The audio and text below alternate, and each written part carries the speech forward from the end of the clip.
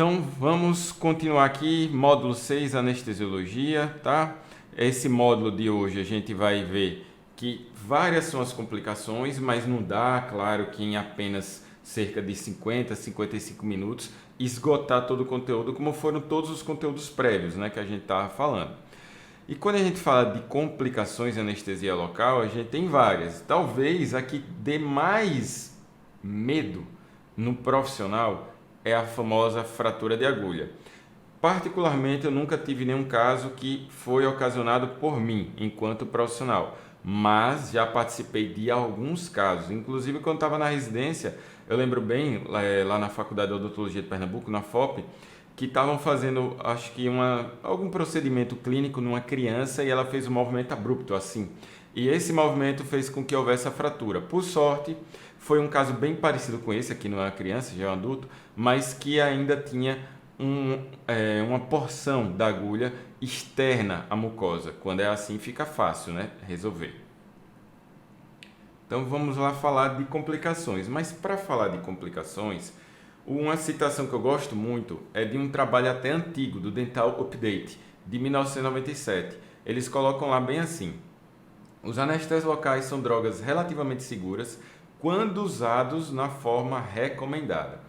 Quando se diz forma recomendada, é respeitando a dose máxima recomendada e respeitando todos os preceitos que a gente estuda do armamentário, porque boa parte das complicações não estão relacionadas, graças a Deus, com técnica anestésica, não. Estão relacionadas, e sim, com exagero no sal anestésico, na dosagem do sal anestésico. Uma outra citação que a gente tem de 95, 95, menos profissionais, menos pessoas, lá no Journal of Canada Dental Association, eles falavam que naquele ano da publicação desse trabalho, cada CD, cirurgião dentista, utilizava aproximadamente 1.800 tubetes por ano. Imagina aqui no Brasil, em que a gente tem clínicas ditas populares, que a gente acaba tendo esse atendimento, digamos assim, em demasia para um turno, para uma hora, é muito mais do que 1.800, são muito mais tubetes, tá? Então, se lá nos Estados Unidos, no ano 2002, quase 20 anos, o Haas, que é um artigo citado lá no Malamed, trouxe que aproximadamente 300 milhões de tubetes eram usados por ano, pode ser que para lá essa estatística não seja tão diferente devido a um rigor maior do número de profissionais formados. Mas para cá, para o Brasil, em que a gente tem quase 20% dos dentistas do planeta, dentro de 5 anos se fala que a gente já vai ser lá para uns 22, 23 ou mais. Então, imagine a quantidade de tubetes e a quantidade de pacientes colocados em risco, né? Querendo ou não, pela nossa prática do dia a dia, que muitas vezes não está privilegiando uma anamnese adequada. Então, se a gente for definir e dividir, as complicações anestésicas, elas se subdividem em locais e sistêmicas. Hoje eu vou detalhar aqui locais, trouxe até um caso bem interessante que aconteceu logo quando eu voltei das pós-graduações, voltei a morar aqui há quase 6 anos, e daí eu vou mostrar para vocês como a literatura ela evolui até em situações, informações que a gente julga que não vai ter tanta modificação assim. Continuem aqui na live que vocês vão entender. Então, como complicações locais, a gente tem o seguinte: primeiro de tudo, complicações relacionadas com armamentário. Armamentário é o primeiro de tudo que a gente tem que falar. Por quê? Tem vários problemas locais que podem advir até de uma gase de um cotonete. Para você que ainda é iniciante, que ainda está aí na graduação no início, saiba que se você usar de forma indiscriminada a gase com fricção demais, você vai provavelmente lacerar a mucosa do seu paciente. Isso é fácil quando está misturado com anestésico tópico. E muitas vezes tem acadêmicos, né, que naquela curva de aprendizado inicial não se tocam nisso e só vão ver no segundo ou terceiro paciente. Então tome muito cuidado. A curva de aprendizado eu sei que é para a vida toda, mas esse iniciozinho dá para você ser cuidadoso, tá? E os maiores problemas estão intrinsecamente relacionados com seringa, agulha e tubete. Com esses outros 3 é bem menos comum, tá? E quando a gente fala problemas locais, vocês vão ter isso em 2 partes lá do Malamed. Quando se detém a parte de armamentário em si, ele não destrincha tanto problemas das complicações relacionadas. E quando vai para a parte de complicações locais, aí é que ele dá uma definição e citações melhores, tá? Aqui nessa aula já está tudo junto para facilitar, claro, o entendimento. Em relação às seringas, a gente pode ter um extravasamento durante a injeção. Sabe aquele paciente ou aquela seringa Carpuli que você estava injetando e caiu na boca do paciente, o paciente ficou sentindo gosto, anestesiou partes que você não queria? Pode acontecer por N motivos. Um deles é quando você tem isso aqui, ó, uma perfuração excêntrica. Você sem querer entortou a agulha na hora que você estava instalando na seringa.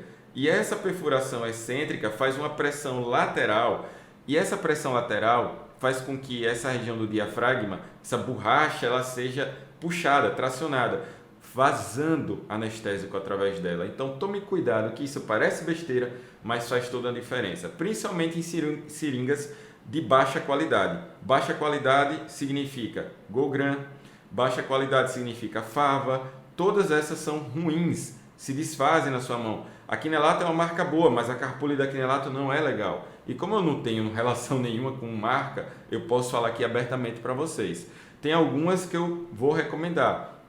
Tem até link para dar a vocês, depois me cobrem, tá? Não me deixem esquecer de link de desconto para vocês receberem. Eu não ganho nada por isso, não tem nem porcentagem para ganhar, é justamente só para ajudar os seguidores, tá? A gente tem aí marcas que eu sei que funcionam bem e que não vão causar esse tipo de problema. E não são tão inacessíveis não, como a Superior. Quebra de tubete, quebrar tubete, em geral você vai estar associado a seringa velha, arpão torto, como esse aqui, que você ainda está tentando usar, quando você conserta o bichinho quebra. Tem que substituir, gente. Ou mesmo agulha torta, porque você faz uma pressão abrupta e pum, explode o tubete, tá? Tubete, entenda que pode ser o nome tubete, anestube, cartucho, ou sabem o que pode também ser chamado tubete? Ampola. Sabe o que mais também pode ser chamado tubete? Carpuli. Está em algumas bulas. Professor, peraí, Carpuli não é a parte metálica? Ali é uma seringa que se chama tipo Carpuli, mas a Carpuli é o tubete. Fica aí a curiosidade para vocês saberem. O desencaixe do arpão do êmbolo também pode acontecer porque ele está rombo, que ele tem que estar agudo, logo quando ele é novinho, né? O excesso de pressão negativa. Tudo isso pode predispor a uma fratura. Essa fratura do tubete vai levar a problemas menores, como o sal anestésico indo para áreas da boca em que você não quer. Mas pode, às vezes, é mais raro, porque tem um adesivo que envolve o tubete de vidro, pode cair partículas de vidro na boca do paciente. Tudo isso você tem que tomar conta. Em relação ainda à agulha, a gente pode ter alguns problemas como dor durante a injeção. Por quê? Quantas vezes vocês acham que a agulha pode ser administrada? Ela vai ser administrada em até 3 punções. Mais que isso, ela fica romba. Quanto mais romba, mais dói. Então, apesar do Malamed falar 3 a 4 introduções, a depender, às vezes é uma só. Se você tocar o osso, é uma só que você vai fazer, certo? Não esqueça desse detalhe, porque ele faz toda a diferença entre você ser um profissional mãos de fada, mão leve, e ser um profissional troglodita. Você pode até ser delicado no tato e conduta de conversa com seu cliente, mas se sua mão não estiver condizente com o que você é, infelizmente você vai levar a fama de mão pesada. E mão pesada, em geral, tem menos paciente do que mão leve. Isso é fato, especialmente se você estiver em áreas que envolvam cirurgias, porque o paciente fica com medo, querendo ou não. Fratura de agulha, ela vai acontecer porque você fez pré-curvamento, ou porque o paciente teve um movimento súbito, abrupto, ou defeito de fabricação, apesar de estar lá no Malamed, é muito raro. Agulhas delgadas, quanto maior for o calibre, menor é o diâmetro da agulha. O que eu também estava demorando a aula era porque eu estava esperando baixar da nuvem a minha aula completa de armamentário, que tem 1,2 GB, mas infelizmente não deu tempo dela baixar, mas eu consegui colocar aqui o principal da aula, tá? Era só para trazer mais algumas informações. Então, em relação a isso, a agulha delgada, ela, quanto mais fininha ela for e mais profundidade de tecido você estiver fazendo a introdução, maior a chance de deflexão e maior a chance de fratura. Dor à retirada é quando você já fez múltiplas punções ou você sem querer tocou no osso. Então pode formar isso aqui que a gente chama de anzol. Aqui está mostrando uma fratura da porção que liga a agulha ao tubete, mas poderia ser da porção mais distal, em que ela está em contato direto com os tecidos do paciente, ok? E lesão ao paciente, ao profissional. Eu lembro bem quando fazia odontopediatria que uma paciente mirim de 5 anos deu um chute na minha mão sem antes de anestesiá-la, né? Antes de anestesiá-la, melhor dizendo, e sem querer eu acabei administrando um pouquinho, né, do anestésico em mim, porque ela deu um chute com força que minha mão foi contra meu braço. Então, é uma lesão que foi contra o profissional, mas poderia ter sido contra o paciente. Não lembro muito com gosto disso não, mas aconteceu. Problemas ainda relacionados ao tubete. A gente ainda vai ter, já falei, problemas com seringa, com tubete, com agulha, voltando agora um pouquinho ao tubete. A gente vai ter bolhas, e essas bolhas em geral elas existem, uma bolinha de 1 a 2 milímetros do gás nitrogênio, para quê? Para permitir a expansão, porque a gente vai ter a fabricação acontecendo no local e a distribuição ao redor do planeta em locais que são mais quentes, mais frios, e essa expansão e contração do sal anestésico que está ali dentro acaba evitando, se tiver tendo essa bolinha, melhor dizendo, né, você acaba evitando um extravasamento e contaminação ali pela região posterior. Se o êmbolo estiver muito instruído, significa que houve talvez um congelamento, ou a solução estragou, acabou liberando gases ali de decomposição dela, o antioxidante não está funcionando mais e daí, já sabe, não se usa mais essa solução.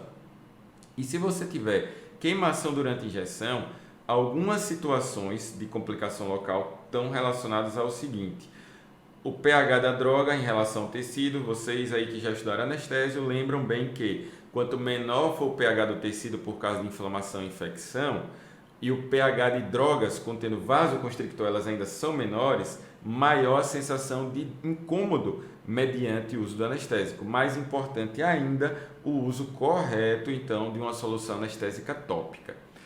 Se você estiver contaminado, quem aqui deixa o tubete submerso? Se vocês fazem isso, saibam que estão errados. Ah, mas eu aprendi com o meu professor na faculdade. Eu também aprendi, mas aprendi errado. Eu não ensinava isso. Até na residência, a gente via que fazia errado. E daí a gente consertou isso com o tempo. Então você não vai submergir os tubetes, seja em álcool com outra solução, porque você tem risco de contaminação, certo? E essa contaminação vai diminuir a eficácia ou impossibilitar a ação do anestésico local, levando até a um problema instalado no paciente, pode levar, quem sabe, até necroses teciduais. Outro problema é quando o tubete está superaquecido. Não é algo comum aqui no Brasil, mas existem aparelhinhos que fazem um aquecimento. Por quê? Já se sabe que é confortável administrar o tubete na temperatura do corpo do paciente, temperatura corpórea. Se você está num lugar frio que fica ali graus negativos, imagina que você precisa realmente de um aparelhinho desse para você tentar dar um conforto, uma administração do anestésico o melhor possível de experiência para aquele cliente, para aquele paciente. Se exagerar, claro, aí é que você vai ter também o oposto, o incômodo porque está superaquecido. Alguns outros problemas em relação ao tubete são quando ele também vai ficando envelhecido, você pode ter uma perda nessa região aqui da parafina, ou se ele for de silicone, se não for de borracha, depende de se é de plástico, se é de vidro. E quando ele fica pegajoso, não use, significa que você não vai também conseguir, mesmo que esteja na validade, fazer uma técnica anestésica adequada. Vou fazer um adendo. Vocês que já anestesiaram, devem perceber a diferença quando a gente está anestesiando. Eu tenho um vídeo disso no YouTube, eu vou compartilhar lá no grupo do Telegram, para quem tiver, e também no Instagram. Você já deve ter visto que conforme você vai anestesiando, vai indo de vez com o tubete de plástico e o de vidro vai suave. Isso tem relação direta com o conforto da anestesia, para o paciente sentir dor ou não. Dor é considerada, para vários autores, como uma complicação durante a instalação do anestésico.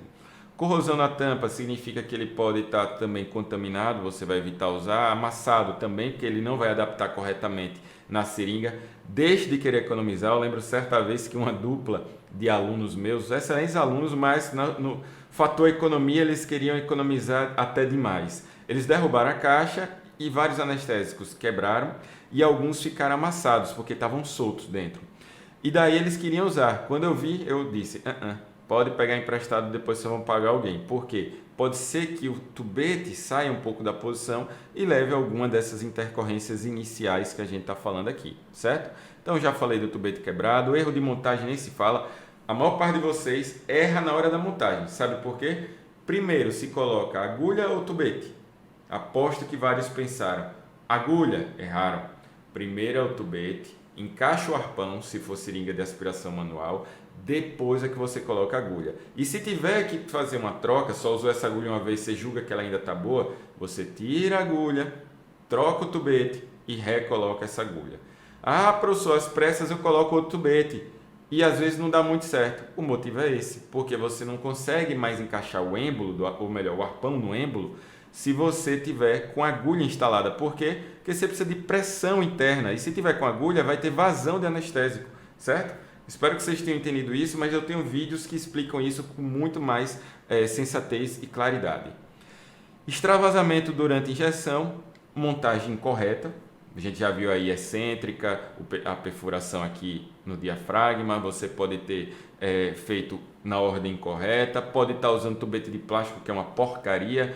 Tubete de plástico, pessoal, custa menos hoje do que 1/3 de uma caixa de tubete de vidro, em geral, da DFL, vamos comparar assim, que é o padrão, digamos, ouro, né, das marcas que a gente tem no Brasil. Então, significa dizer que tem diferença de qualidade, concorda? Não dá para dizer que é a mesma coisa. Chegamos aqui no que mais causa medo nos profissionais, que é a quebra da agulha. Como eu já disse, geralmente em movimento súbito e inesperado, uso de agulhas muito finas, em geral calibres 30 para cima, porque vão ser agulhas mais delgadas. Se você pré-curvar, olha aqui um exemplo, né, pré-curvar dessa agulha, se no menor movimento do paciente ou de deslize da sua mão, você pode ocasionar fratura. Defeito de fabricação é menos comum. E aqui eu vou ilustrar para vocês alguns casos que eu tive contato ao decorrer da minha vida profissional, alguns desde a residência, outros já no mestrado e outros depois que eu voltei. No doutorado eu não tive contato com nenhum não.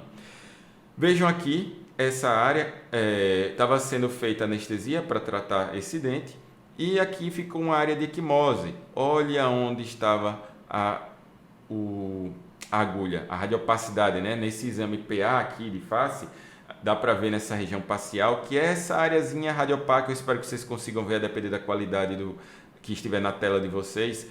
Área radiopaca onde ficou a agulha, lá na região de ramo já ascendente, mais para superior e posterior do paciente, certo?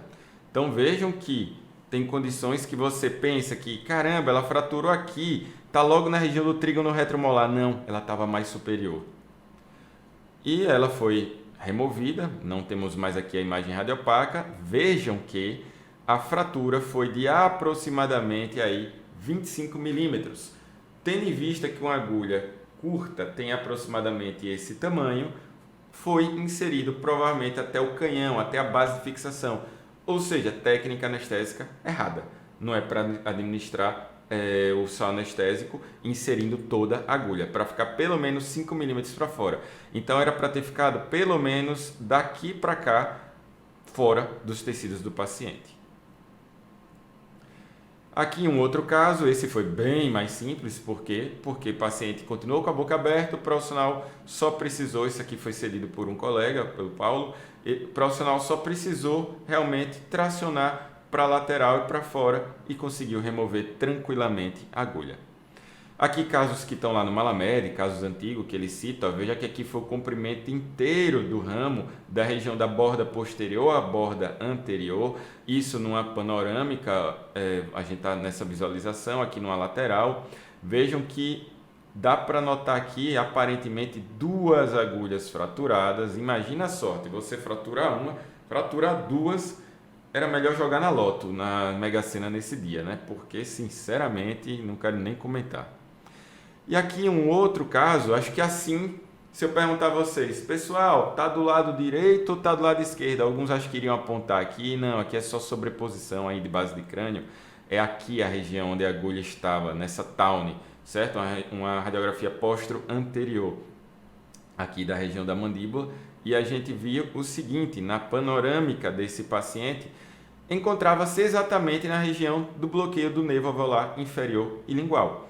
Então, nessa área, é o local mais comum, aí para quem vai fazer prova de residência, se cair uma questão dessa, é o local mais comum de ocorrência de fratura. Quase que a totalidade dos casos ocorre nesta região.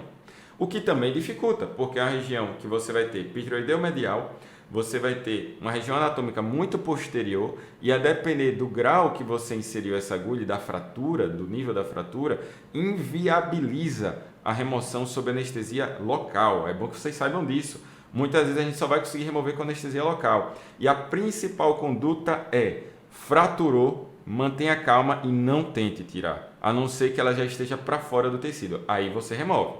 Se já estiver no interior dos tecidos, encaminha de imediato para um colega bucomaxilo de sua confiança, porque é assim que está nos livros e muitas vezes, mesmo a gente da buco, a gente não vai conseguir remover com local.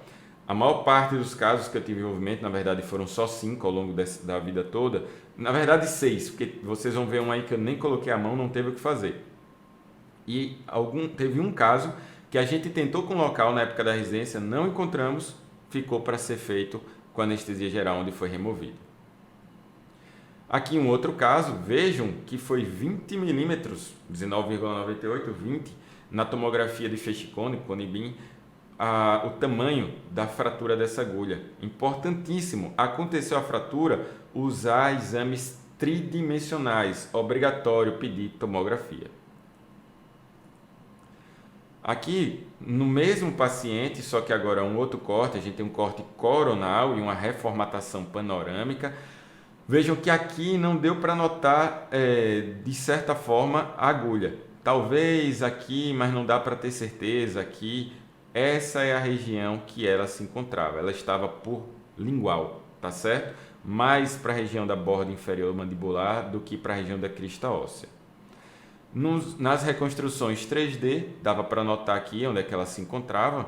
Então vejam que a gente precisa de vários cortes para formar na nossa mente uma imagem 3D, para quando a gente for entrar no caso, tem que entrar para resolver, não entra para brincadeira não, gente, porque pare para pensar, o estresse que está o colega, geralmente todos os casos que eu tive contato, tirando talvez o da criança, porque foi removido ali de imediato, e aquele que o colega cedeu, esses aí não tiveram nenhum envolvimento de ação judicial, mas em geral, há realmente uma ameaça dos pacientes e cônjuges, familiares, para que o paciente seja acionado judicialmente.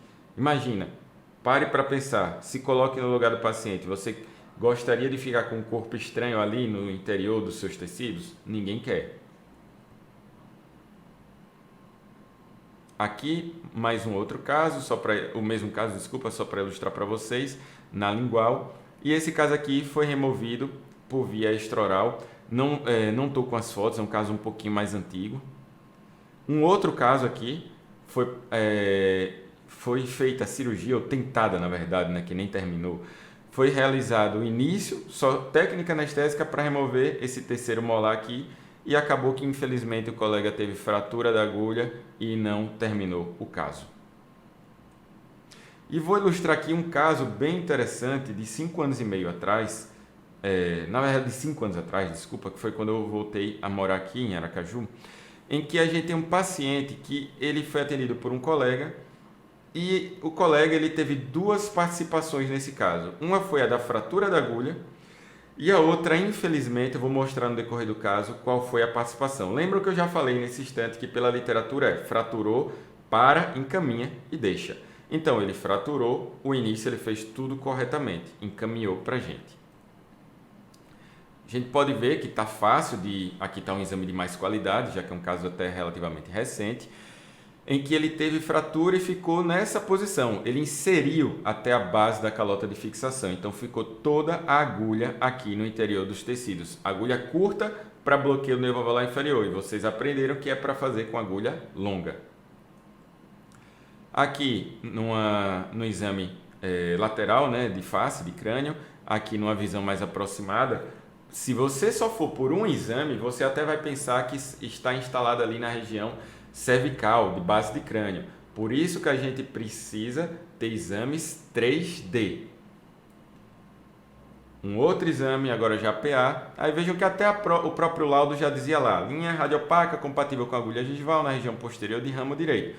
Sugere-se tomografia computadorizada para melhor localização da mesma. Isso é mandatório, não esqueçam jamais do que eu estou falando nessa aula, que isso é conhecimento, gente, que não é para decorar e ficar ali na preocupação de esquecer, não. Aqui, do jeito que eu estou passando para vocês, é para vocês terem essa percepção para o resto da vida de vocês. Eu duvido que vocês esqueçam.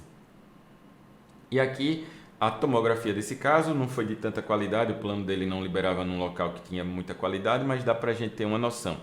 Essa área aqui da agulha estava realmente um pouco mais posteriorizada, mas ainda dava, através de um acesso mandibular posterior, para que a gente pudesse acessar a região. E o que foi que a gente então planejou?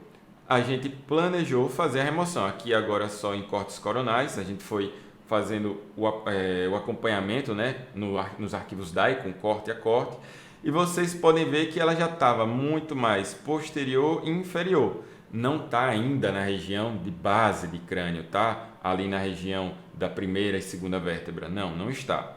Mas ela está numa situação que a gente até disse ao paciente para ele ficar o mais quieto possível, por mais que naquela época na literatura falasse que dificilmente uma agulha se deslocava, sempre tem medo, né? A gente sempre tinha esse receio. Mallamed falava até 2005 que não existia a possibilidade de deslocamento da agulha. Estava lá no capítulo de complicações. Lembro bem até como é que estava descrito, abaixo de uma figurinha lá, e indo até o outro parágrafo. Isso aí eu lembro bem. Daí a gente pensa, bem, como dificilmente se desloca, vamos planejar a cirurgia. E a cirurgia estava aí agendada para aproximadamente, eu acho que era 7 a 10 dias, porque tinha as liberações do plano, por mais que eu tenha tentado dar entrada como uma urgência e emergência. Aí veio o problema. O colega colocou o paciente no final de semana, sem falar comigo e a minha colega que trabalhávamos junto na época, Sara, e tentou tirar a agulha. Então ele tentou, o paciente também persuadiu ele. Então, de certa forma, foi um erro bilateral. Ele foi persuadido pelo paciente e ele também persuadiu o paciente. Então, o grande problema disso tudo é porque o lado mais fraco, do ponto de vista de conhecimento, é o paciente, mas do ponto de vista jurídico, é o profissional. O cliente sempre tem razão, Código de Defesa do Consumidor, e perante todo o nosso Código de Ética, Lei 5.081 e o Código do Consumidor principalmente, ele é hipossuficiente, então o paciente não sabia o risco que estava correndo. E o que foi que aconteceu?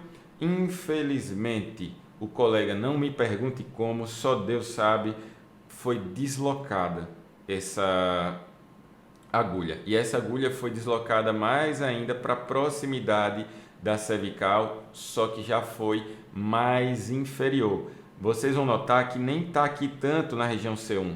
Vejam que se a gente for olhar aqui, ela foi para o corpo carotídeo, nessa região, onde a gente vai estar ali mais para C3 e C4.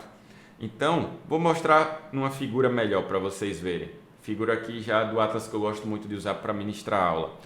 Aqui, ó, carótida comum, corpo carotídeo e a subdivisão, que a gente vai ter carótida interna, carótida externa, artéria facial. O que foi que a gente teve aqui, só para vocês entenderem? Essa área aqui é de risco absoluto, pessoal. Já está fora da área do bucomaxilo. E vou contar para vocês em caráter de curiosidade, até para ilustrar para aqueles que querem seguir carreira, que me acompanham no Maxilofacial Education. Nesse caso, eu já sabia que não era mais da nossa ossada, não era mais da BMF. Então, encaminhei para o cabeça e pescoço. O cabeça e pescoço se negou a fazer, o que estava lá nesse hospital, e encaminhou para o cirurgião vascular. Aí o cirurgião vascular disse que não era dele, encaminhou para o cabeça e pescoço. E ficou nesse disse, não me disse, relatório para um lado, relatório para o outro. Resumo da história. O paciente não foi operado e os dois preferiram escrever que estava em área inoperável, que no ponto de vista de custo-benefício, risco, o paciente poderia conviver com menos riscos do que ser submetido a procedimento operatório cirúrgico. E daí o paciente começou a ter sinais e sintomas da síndrome de Eagle, não sei se vocês lembram, é aquela que o paciente às vezes não consegue nem girar a cabeça, relata dor severa orofacial, dificuldade de deglutição, de fonação, ele perdeu o emprego, tudo ele atribuía à ocorrência da fratura da agulha. Eu só sei que esse profissional não tive mais contato, ele sumiu, ele foi embora daqui do estado, mas isso reflete para vocês que uma condição dessa talvez tenha sido suficiente para essa pessoa perder todo o seu futuro e presente profissional. E claro, antes de pensar também só na sua parte profissional, não esqueça, mudar para pior a vida de um paciente. Então, é uma complicação local, mas que foi extrema. Então, eu deixo aqui assim essa informação para que vocês pensem com carinho antes de tentarem inserir agulhas curtas em áreas anatômicas mais profundas. Estejam sempre revendo a técnica anestésica, tem muito conteúdo gratuito, não precisa ser um curso meu pago ou curso de outra pessoa, tem muito conteúdo gratuito no YouTube, meu, de outros também, que vocês podem estar revisando aquilo que vocês estudam pelo Malamed. E em se falando em Malamed, tem um caso bem interessante do professor Carlos Elias, que é da Bahia, cirurgião bucomaxilo, em que a agulha foi fraturada no bloqueio do nervo alveolar inferior e deslocou um tempo depois para a região cervical e ficou mais exteriorizada, mais superficial, dando para ser removida através desse acesso. Então, vejam só, daí em diante, ele que mandou esse caso para o Malamed, inclusive, e foi publicado aqui nessa revista, uma das melhores revistas que eu já vi para várias áreas do conhecimento, são artigos geralmente grandes, né, de várias páginas. Vejam que o Malamed teve que voltar atrás, ou na verdade modificar. O livro de 2005, nacional, traduzido, dizia que não tinha deslocamento. O livro que vocês conhecem, a maioria de vocês por serem mais novos, 2014, diz sim, que há deslocamento. Então, entenda o seguinte, o que você estuda hoje, amanhã pode ser uma inverdade, pode ter ficado errado. Então, capacidade de se atualizar todo mundo tem. Agora, correr atrás para se atualizar, nem todo mundo faz. E essas lives têm esse intuito, tanto eu quanto vocês, a gente está aí de comum acordo, estudando e evoluindo todo mundo enquanto comunidade, beleza? Continuando, né, dor e queimação e injeção, já falei um pouquinho que tem a ver com agulha romba, o pH da solução, contaminação dos tubetes, temperatura, mas deixo aqui mais uma vez uma informação, injeção rápida. Para você que faz aquela injeção de vez, calma, o mundo não vai acabar não enquanto você está tendo seu paciente. É para administrar no mínimo em 1 minuto um tubete, idealmente em 2 minutos. Então, é para a mão ir bem devagar, bem devagar. Quem é meu aluno ou foi meu aluno sabe que eu ensinava, eu fui professor de anestesia praticamente todos os anos que eu estava na graduação e acabo dando esse conteúdo nos cursos que eu estou de cirurgia oral e periodontal. Então, é devagar. É ter cuidado, rigor na técnica para cuidar, para que o seu paciente não sinta dor. O pessoal hoje que está na harmonização está vendo a dificuldade que é, às vezes, a anestesia extraoral. É algo que eu ensino nos meus cursos, porque parou-se de estudar na graduação e agora tem necessidade desse conhecimento novamente. Vejam que também o conhecimento ele é cíclico. Às vezes o que fica em desuso por alguns anos volta a ser utilizado lá na frente, certo? E aqui, como eu disse, né, não colocar, submergir em nenhum tipo de solução. Alguns fazem álcool com povidine. O povidine é só para dar uma coloração na solução e ver se contaminou o tubete. Outros fazem só álcool, Periogard, seja o que for, errado. Isso aqui vocês não devem, em tese, fazer. Outra complicação local que a gente tem é a parestesia ou anestesia prolongada. Em geral, ela tem relação com trauma da agulha ao nervo, dando aquele choque. Quando você anestesia uma pessoa, para você que foi anestesiado, que você sentiu aquele choque abrupto, significa que a pessoa estava com a mira, ou você que fez, estava com a mira muito boa, e você literalmente acertou o bisel no filete nervoso, na fibra nervosa. Isso daí não quer dizer que vai causar problema, mas às vezes sim. Se você lesionar ali bainha do nervo, as fibras do nervo, você pode causar pelo menos uma anestesia mais prolongada ou até uma parestesia. É menos comum para esse tipo de causa, mas pode acontecer. A injeção da solução anestésica contaminada, seja com povidine, álcool, Periogard, o que for, pode causar uma neurotoxicidade a ponto de causar parestesia, então fica a dica aí para tomar cuidado. Quando você faz esse tipo de situação do trauma, pode ter hemorragia ao redor e aquele sangue coagulado ali naquela região pode causar um pouco a anestesia prolongada, mas isso também é raro, é mais uma descrição de referencial teórico do que propriamente dito algo que ocorre no dia a dia. E a articaína é o anestésico mais neurotóxico que a gente tem. Por isso que o Malamed coloca lá que cerca de 4%, eu já vi até autor falar 10% dos casos de bloqueio do nervo alveolar inferior lingual, você vai ter alguma alteração neurosensorial. Eu, particularmente, não uso articaína, já usei durante um bom tempo. Eu lembro de uma professora minha, professora Nádia, na época que eu era aluno da especialização de implantodontia, lembro dela falar isso: rapaz, não se faz com esse anestésico. Eu dizia: professora, a chance é muito pouca. Naquela época, né, eu acho que eu era mais destemido, né, residente, recém-formado. Depois que eu tive meu primeiro caso, por que eu digo meu primeiro caso? Não teve nenhum trauma, nada ali, o dente estava muito longe do nervo, não tinha condição nenhuma de eu ter acertado ali o nervo alveolar inferior. Não teve choque durante a anestesia também, para dizer que foi agulha. A gente acredita que foi, infelizmente, a articaína. A prilocaína também pode causar, tem descrição na literatura, mas é muito mais raro, ok? E se a gente for definir parestesia, que muitos acabam tendo dúvida, significa anestesia persistente ou sensação alterada muito além da duração esperada da anestesia. Inclui a hiperestesia e a desestesia. Significa dizer o seguinte: apesar da maior parte de vocês chamarem tudo de parestesia, o que a gente deveria chamar é quando você tem uma alteração da sensibilidade. E ela pode estar associada a todas as outras problemáticas que a gente tem neurosensórias. Você sentir mais, sentir menos, em geral você sente mais, que é a hiperestesia. E a desestesia pode estar associada à dor. Então o paciente pode ter queimação, o paciente pode ter ardência, a sensação de que acabou de ser anestesiado, de que está retornando a anestesia, então formigamento, tudo isso está associado então à parestesia. Trismo. O trismo vai estar relacionado a traumatismo da musculatura, principalmente ali do pítreo medial. Significa múltiplas punções que você faz, anestesiando, estou errando, estou tentando, estou errando, estou usando a mesma agulha 10 vezes, estou criando aquelas farpas, anzóis. Não pode. Então isso pode causar trismo. Também advém de injeção contaminada. E querendo ou não, os anestésicos locais, especialmente em grande quantidade, eles têm algum grau de neurotoxicidade e também de miotoxicidade. Então, no final das contas, é aquela história, menos é mais. Eu sempre gosto de falar disso. Less is more, do inglês. A gente deve usar a menor quantidade, desde que seja suficiente e dê até também no pós-operatório conforto ao nosso paciente.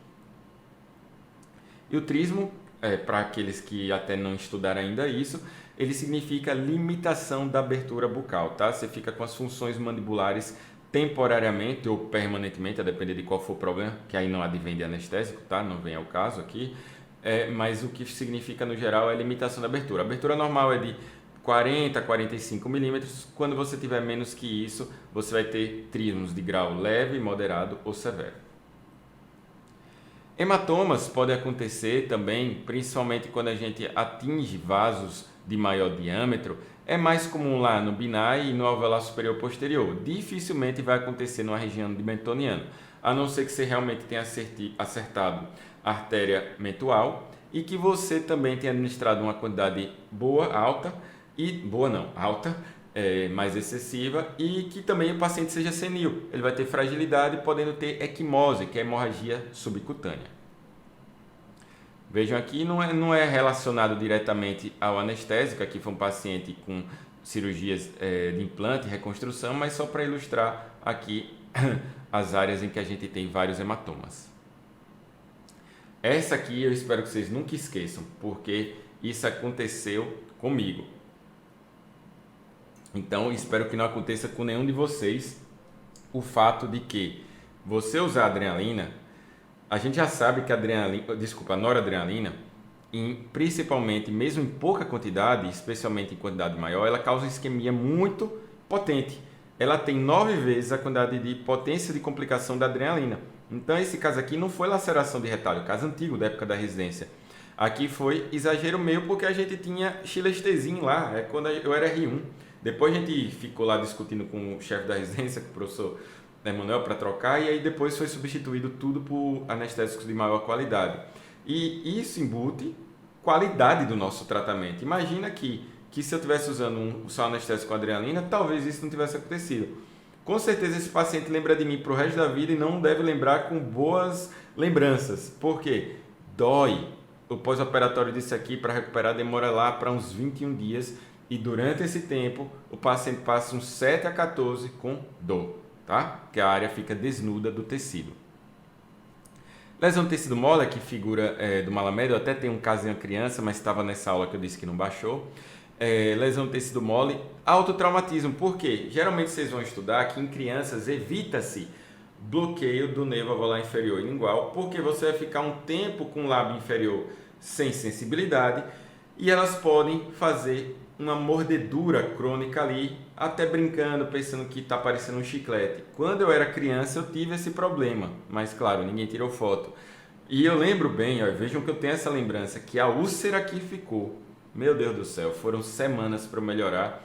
Sorte que eu não fatiei meu lábio, mas eu lembro bem que depois ainda minha mãe me deu uma pisa em relação a isso. Mas a gente acaba tendo esse risco para crianças, principalmente se for portador de alguma alteração neuropsíquica.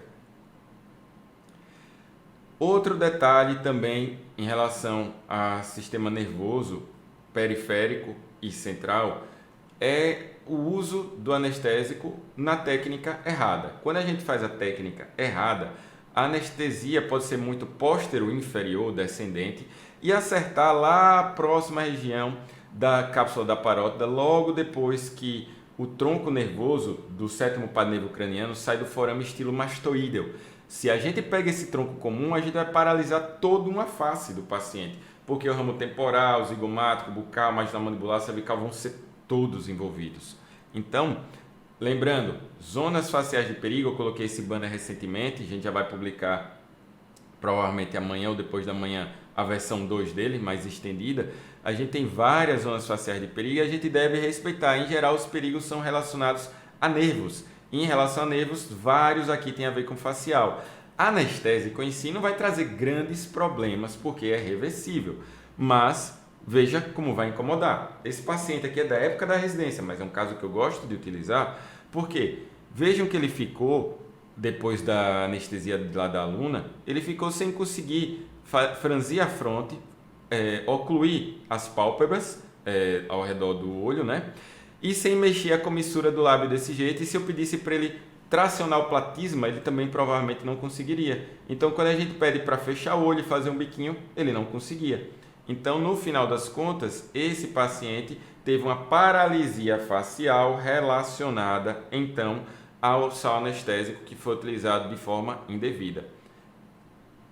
Vejam que 7 dias depois, quando ele voltou lá para a clínica, para a remoção dos pontos, estava super bem, mandando aí beijinho para todos vocês, e ele está aqui conseguindo fechar os olhos, franzir a testa, não está nessa figura, mas ele consegue, ele teve retorno de toda a musculatura da mímica facial do lado direito. Só dar uma pausa aqui. Pessoal que está aqui no Instagram, eu vi de novo, com certeza estão entrando pessoas no decorrer da live, saibam que o ideal é assistir pelo YouTube ou pelo Facebook, porque o Instagram está há 2 dias apresentando inconsistência. Eu estou aqui com vocês e estou vendo live de vários colegas que começaram junto comigo, caindo e voltando. Significa que o Instagram está demorando aí alguns dias para consertar a instabilidade dele. Eu estou assistindo por outra conta minha e está travando para mim também aqui. E por fim, ainda em relação ao tratamento dessa paralisia do nervo facial, é orientar o paciente ocluir ali, quando eu digo oclusão forçada, ativa, com um curativo no globo ocular, mas usar colírio, usar pomada oftalmológica, óculos de sol, enquanto ele tiver algumas horas com essa intercorrência, e o máximo possível tentar manter essas pálpebras fechadas para evitar ulcerações, lesões ali na córnea, qualquer tipo de lesão no olho, certo? Então, pessoal, hoje eu consegui editar a aula o suficiente, só ficou faltando 2 slidezinhos legais que eu queria mostrar a vocês, mas depois eu coloco lá no grupo. O que eu digo a vocês, essa não é minha biblioteca, ainda muita gente pede até para eu tirar fotos das minhas bibliotecas, ainda não tirei, mas eu prometo que eu tiro ainda durante esse desafio das 20 lives. O objetivo que eu quero aqui é estimular o estudo, ainda mais nessa época de quarentena. Nessa época de quarentena, a gente tem que aproveitar para sair dela melhor do que a gente entrou, para conseguir botar para executar algum plano que estava só nas ideias, para conseguir, assim que sair da quarentena, executar algo novo. Então, aproveite, não fique só moscando. O termo moscar é não fazendo nada. Aproveite esse momento para estudar, para se dedicar, para evoluir. Mais uma vez, eu vou pedir a vocês para entrarem em contato através das redes, mandando as suas dúvidas. Eu vou fazer de novo aquela postagenzinha de dúvidas para quem tiver, seja desse conteúdo de hoje, do de amanhã. Eu estou geralmente deixando 2 lives juntas para tirar essas dúvidas, mas a gente vai tentar agora de live a live, né? Logo depois que a gente sair dela. Então, mais uma vez agradeço aqui a participação de vocês. A gente fez 50 minutos de live, consegui, mesmo começando atrasado, cumprir o horário hoje, né? Sem a live ter que acabar. Vou colocar o desafio para vocês até amanhã de manhã, lá no grupo do Telegram. Ressalto mais uma vez para quem chegou depois, todo mundo pode participar. Tem 2 lives salvas no YouTube, que são a de terça-feira e a de quarta-feira. A de ontem ficou na íntegra do jeito que estava, a de terça foi até já editada, tá melhorzinha, porque evita algumas falhas outras que eu posso aqui estar parando demais. Então, eu espero que vocês façam bom proveito, assistam, peço que marquem os colegas, porque o objetivo da gente é proliferar conhecimento. Outro detalhe, a gente vai mandar de novo o e-mail com os temas, porque eu quero chegar até o domingo com os principais temas. Eu estava pensando em publicar amanhã, mas vou deixar para domingo a publicação, para dar mais 3 dias, porque todo dia alguém manda alguns temas, para que eu possa, com a minha equipe, selecionar os temas que são de maior validade para vocês. Se o que a maioria pede, ou melhor, se vocês em maioria pedem algo, é porque é o que a maioria com certeza está tendo dificuldade. Então, conto com essa participação de vocês, que sem vocês me ajudarem, participando, escrevendo lá no feed, mandando sugestão, até crítica construtiva, sinta-se à vontade, pode mandar no direct também, eu não consigo evoluir aqui o suficiente para que todos nós possamos estar, assim, sempre melhorando. Tá certo?